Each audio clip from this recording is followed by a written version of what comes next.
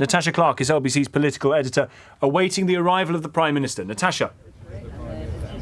Yes, Tom, we're just minutes away from the arrival of the Prime Minister here just behind me. You'll see the officials, the military welcome, lining up, getting ready. We're expecting him in the next few minutes to be arrived and greeted by Donald Trump in just the building around the corner. They're then going to go into the Oval Office, where we will see them sitting side by side, hopefully a chummy partnership like we saw with Emmanuel Macron and President Trump a little bit earlier this week.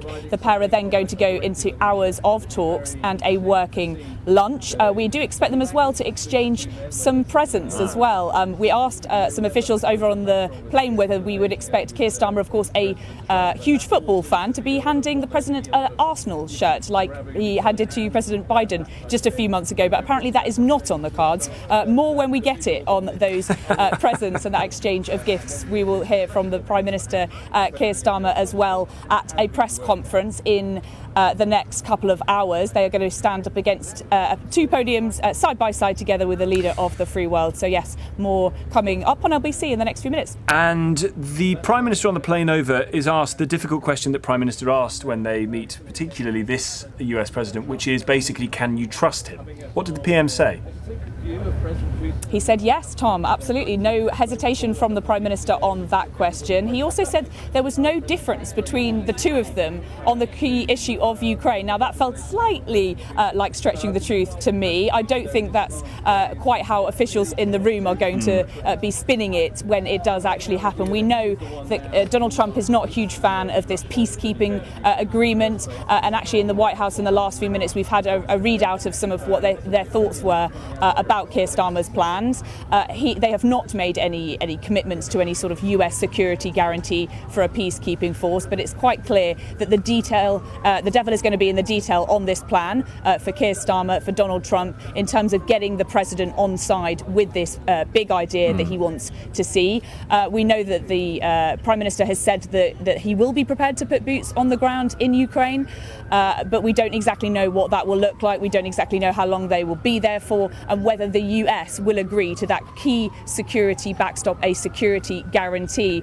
Earlier today, the former ambassador to the US, John Bolton, said that if Keir Starmer can manage to get Donald Trump to get that security guarantee, he deserves the Nobel Peace Prize for that. I think that will be a very big expectation if we can come out of this press conference with the US giving a nod in that direction. Natasha, thank you very much indeed. I wonder whether those sirens behind you indicate a motorcade on its way. Natasha Clark, LBC's political editor, live at the White House awaiting the arrival of Keir Starmer. Listening to that, Sir David Lidington, chair of the Royal United Services Institute, former Chancellor of the Duchy of Lancaster and de facto Deputy Prime Minister under Theresa May, who was, of course, the first Prime Minister to go and meet President Trump as President. And Sir David, I wonder what your memories were and where you were when that photo landed on our screens of the Prime Minister of the United Kingdom holding the President's hand. What did you think of that as Deputy Prime Minister at the time? I was leader of the Commons when that happened. So I was over in London. And what I remember is first of all astonished that was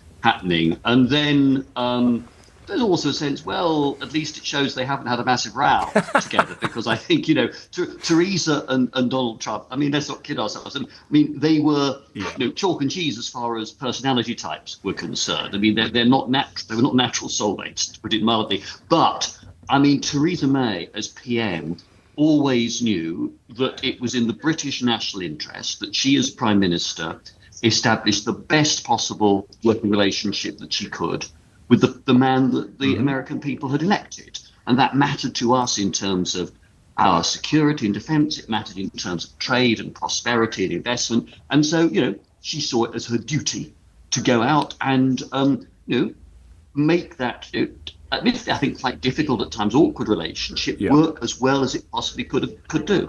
I mean, for Theresa May, and to an extent in the same way, actually, for Keir Starmer, you've got a technocrat meeting the populist. So stylistically and optically, it's very difficult. Talk us through what goes on behind the scenes, though, because here we have the two heads of state, well, not in our case, but a head of state meeting the British Prime Minister. Talk us through what happens with officials behind the scenes, particularly on those big policy questions, and in your area as the chair of the Royal United Services Institute now on defence. I mean, it's an extraordinary change that Trump has induced even in just a month. I mean, what will have happened is that not only will Peter Mandelson and the top-rate professional diplomats that he's got under his leadership at the embassy in Washington be using every contact they have with the White House, with Congress, with people who know Trump, perhaps in the business world, to try and get a handle on what's he going to be like to deal with. Where do you think his real intentions lie on security, defence, future of NATO, but also on the whole trade and tariffs agenda?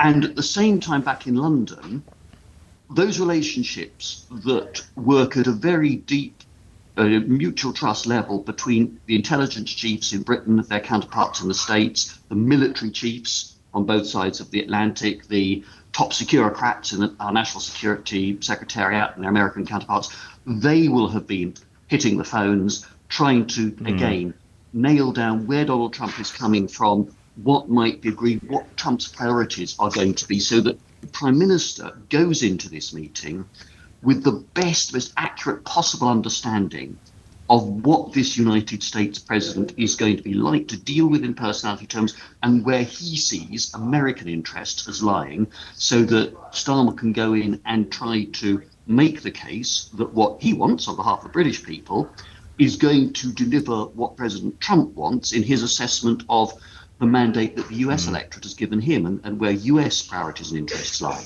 Very difficult to try and shape that, particularly with Donald Trump. So, David, great to talk to you. Thank you very much indeed for coming on. So, David Lidington, Chair of Royal United Services Institute, former Chancellor of the Duchy of Lancaster, de facto Deputy Prime Minister under Theresa May. Now, I've fortunately been in the room when the door has shut and the media have been pushed out in meetings with President Trump as president.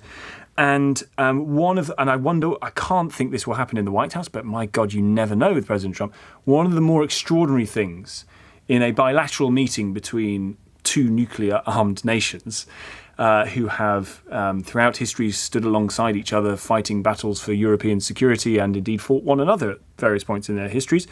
So huge nations, great powers, massive economies, their premiers meeting as the door closes on the media and the beginning of the meeting takes place. And I was absolutely astonished to watch a 52-inch, 60-inch television be wheeled into this meeting. So you've got Trump, Theresa May sitting next to each other at the top of the meeting, lines of their officials sort of beneath them, as it were, and a television brought into the room, plugged in at the back, switched on with Fox News on mute at the back of this meeting. And the official scurries out and the door closes and the meeting gets underway. The president had the rolling news coverage in the meeting so he could see the television whilst the meeting was taking place with the British Prime Minister. Now, I don't know whether this is going to happen this time. Maybe Trump is firmly focused on what the substance of the meeting is going to be. But with this president, you just don't know.